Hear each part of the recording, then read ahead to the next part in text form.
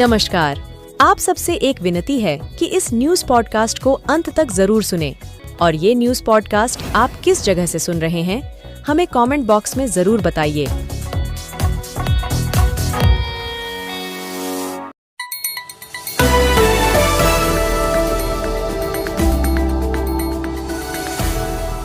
सबसे पहले नजर डालते हैं सुर्खियों पर। मुख्यमंत्री नीतीश कुमार ने आज दिल्ली में पीएम मोदी से मुलाकात की। बिहार में एनडीए सरकार बनने के बाद दोनों नेताओं की ये पहली मुलाकात है। इससे पहले G20 की डिनर पार्टी में नीतीश कुमार प्रधानमंत्री से मिले थे। खबर है कि कैबिनेट विस्तार और लोकसभा चुनाव की रणनीति को लेकर दोनों के बीच चर्चा हुई। विधानसभा अध्यक्ष अवध बिहारी चौधरी ने इस्तीफा देने से इनकार कर दिया है। उन्होंने कहा, नियमों के मुताबिक अविश्वास प्रस्ताव की 14 दिनों बाद तक मैं स्पीकर हूँ।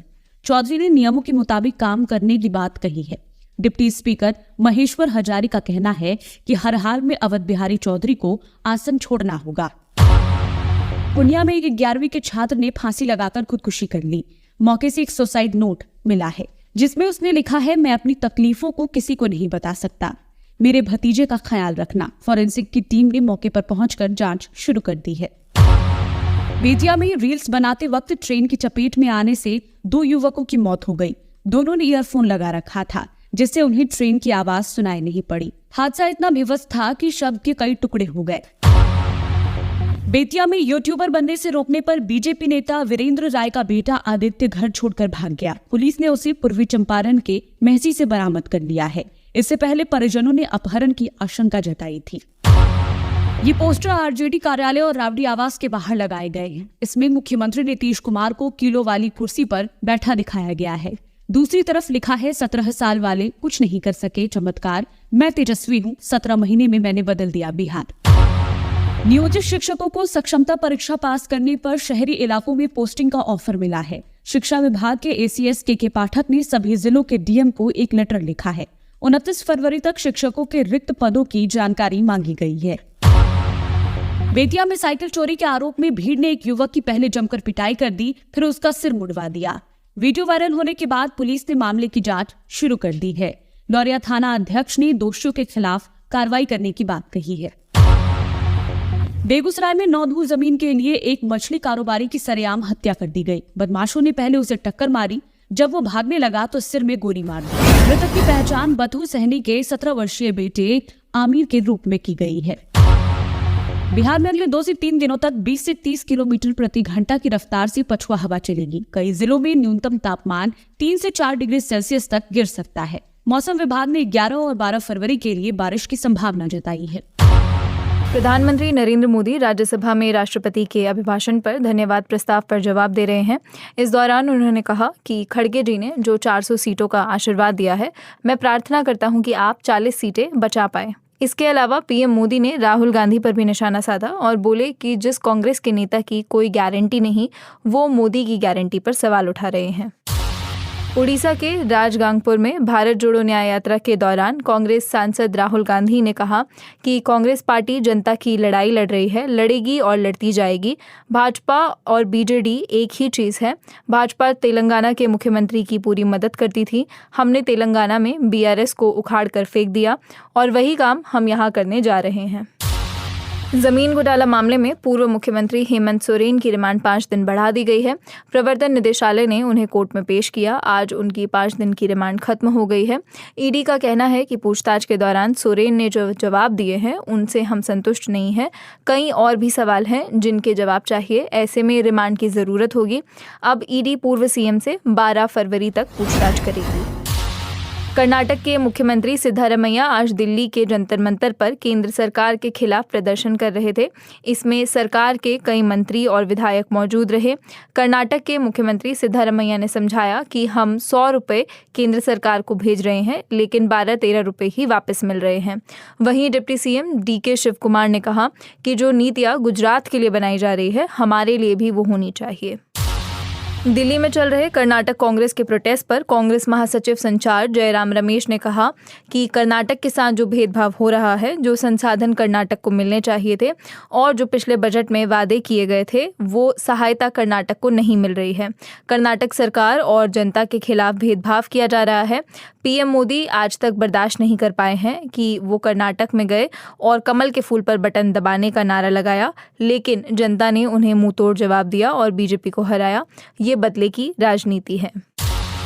सुप्रीम कोर्ट में एनसीपी अजित पवार गुट ने कैविएट दायर की है। एनसीपी अजित गुट की तरफ से वकील अभिकल्प प्रताप सिंह ने ये कैविएट दाखिल की। इसमें ये सुनिश्चित करना है कि अगर शरद पवार गुट शीर्ष अदालत में अपनी बात रखता है तो अजित पवार गुट के खिलाफ कोई एक तरफा आदेश पारित नहीं किया जाएगा। मध्य प्रदेश के हरदा में पटाखा फैक्ट्री में विस्फोट से 11 लोगों की मौत हो गई है, 217 घायल हो गए। इनमें फैक्ट्री के 51 मजदूर शामिल है। 73 लोग हरदा, इंदौर, भोपाल और नर्मदापुरम के अस्पतालों में भर्ती है। 38 घायलों को हरदा से रेफर किया गया है। अब तक 95 लोगों को अस्पताल से डिस्चार्ज किया जा चुका है। लाल सागर में हूती विद्रोहियों ने 2 जहाज़ों पर हमला किया। ये जहाज़ अमेरिका और ब्रिटेन के थे। इनमें से एक जहाज़ अमेरिका से भारत आ रहा था। United kingdom maritime trade operations के मुताबिक कल देर रात लाल सागर में आगे बढ़ रहे अमेरिकी जहाज़ स्टार नासिया के नज़दीक हूतियों की बोट देखी गई थी।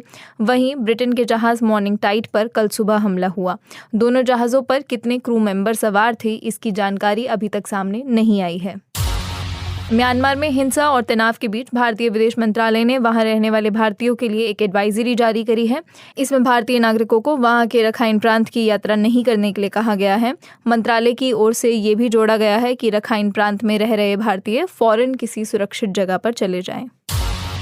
ईरान ने इंडियन टूरिस्ट के लिए 15 दिन की वीज़ा फ्री पॉलिसी का ऐलान किया है। ईरानी दूतावास की तरफ से जारी एक बयान में बताया गया है कि सामान्य पासपोर्ट रखने वाले लोगों को हर 6 महीने में एक बार बिना वीज़ा के ईरान में प्रवेश करने की अनुमति दी जाएगी। ये ट्रैवल अधिकतम 15 दिन का हो सकता है। दूतावास ने इस बात को क्लियर किया है कि 15 दिन की लिमिट बढ़ाई नहीं जा सकती और वीज़ा फ्री एंट्री सिर्फ ट्रैवल पर्पस के लिए ही दी जाएगी। शेयर बाजार में आज करीब 300 अंकों की तेजी आने के बाद गिरावट रही। सेंसेक्स ने करीब 150 अंक गिरकर 72,000 के स्तर पर कारोबार किया। वहीं निफ्टी में भी मामूली गिरावट थी, ये 21,900 के करीब रही। भारत ने मेजबान साउथ अफ्रीका को 2 विकेट से हराते हुए अंडर 19 वर्ल्ड कप के फाइनल में प्रवेश कर लिया है। टीम ने 9वीं बार इस आईसीसी टूर्नामेंट के खिताबी मुकाबले में जगह बनाई है। 11 फरवरी को भारत का फाइनल में मुकाबला दूसरे सेमीफाइनल की विजेता टीम से होगा। पाकिस्तान और ऑस्ट्रेलिया के बीच दूसरा सेमीफाइनल 8 फरवरी को खेला जाएगा। दिल्ली के जंतर मंतर पर केंद्र सरकार के खिलाफ प्रदर्शन के दौरान कर्नाटक के deputy CM DK Shivakumar ने कहा कि कर्नाटक इस देश का सबसे ज्यादा राजस्व देने वाला दूसरा सबसे बड़ा राज्य है। हम अपना अधिकार मांग रहे हैं, हम अपना हिस्सा मांग रहे हैं। हम सभी यहाँ कर्नाटक के लोगों के लिए लड़ रहे हैं। पछुआ हवा के प्रभाव से प्रदेश भर के अधिकतम और न्यूनतम तापमान में कमी आई है। मौसम विभाग से प्राप्त जानकारी के अनुसार हवा की गति 20 से 25 किलोमीटर प्रति घंटे तक बनी हुई है। इसके प्रभाव से अगले 48 घंटों के दौरान न्यूनतम तापमान में 2 से 4 डिग्री सेल्सियस तक की और गिरावट की संभावना है, जिससे ठंड में बढ़ोतरी होगी। इधर पिछले 24 घंटों के दौरान 8 डिग्री सेल्सियस न्यूनतम तापमान के साथ मोतिहारी प्रदेश का सबसे ठंडा स्थान रहा। बेगूसराय जिले के चेरिया बरियारपुर थाना क्षेत्र अंतर्गत चूहरमल बाबा स्थान के पास अपराधियों ने एक मछुआरे की गोली मारकर हत्या कर दी। वहीं रोहतास जिले के मुफस्सिल थाना क्षेत्र अंतर्गत डुमरिया गांव में अपराधियों ने एक युवक की गोली मारकर हत्या कर दी। अररिया जिले के सिकटी थाना क्षेत्र से पुलिस और एसएसबी की टीम ने 1150 बोतल नेपाली शराब के साथ 3 तस्करों को गिरफ्तार किया है। पश्चिम चंपारण जिले के परसा हॉल्ट के बहु अरवा ढाला के पास वीडियो बनाने के क्रम में 2 युवकों की ट्रेन की चपेट में आने से मौत हो गई। संसद में बजट सत्र को शनिवार तक 1 दिन के लिए बढ़ा दिया गया है। 31 जनवरी को शुरू हुआ सत्र इस महीने की 9 तारीख को समाप्त होने वाला था। आज राज्यसभा की बैठक में सभापति जगदीप धनखड़ ने सत्र को 1 दिन के लिए बढ़ाने के फैसले की घोषणा की। इस दौरान सरकार वर्ष 2014 से पहले और बाद की अर्थव्यवस्था की स्थिति की समीक्षा पर संसद में एक श्वेत पत्र पेश कर सकती है। मुख्यमंत्री नीतीश कुमार आज शाम नई दिल्ली में प्रधानमंत्री नरेंद्र मोदी से मुलाकात करेंगे। दिल्ली प्रवास के दौरान वे केंद्रीय गृह मंत्री अमित शाह और भाजपा के राष्ट्रीय अध्यक्ष जेपी नड्डा समेत अन्य केंद्रीय मंत्रियों से भी मिलेंगे।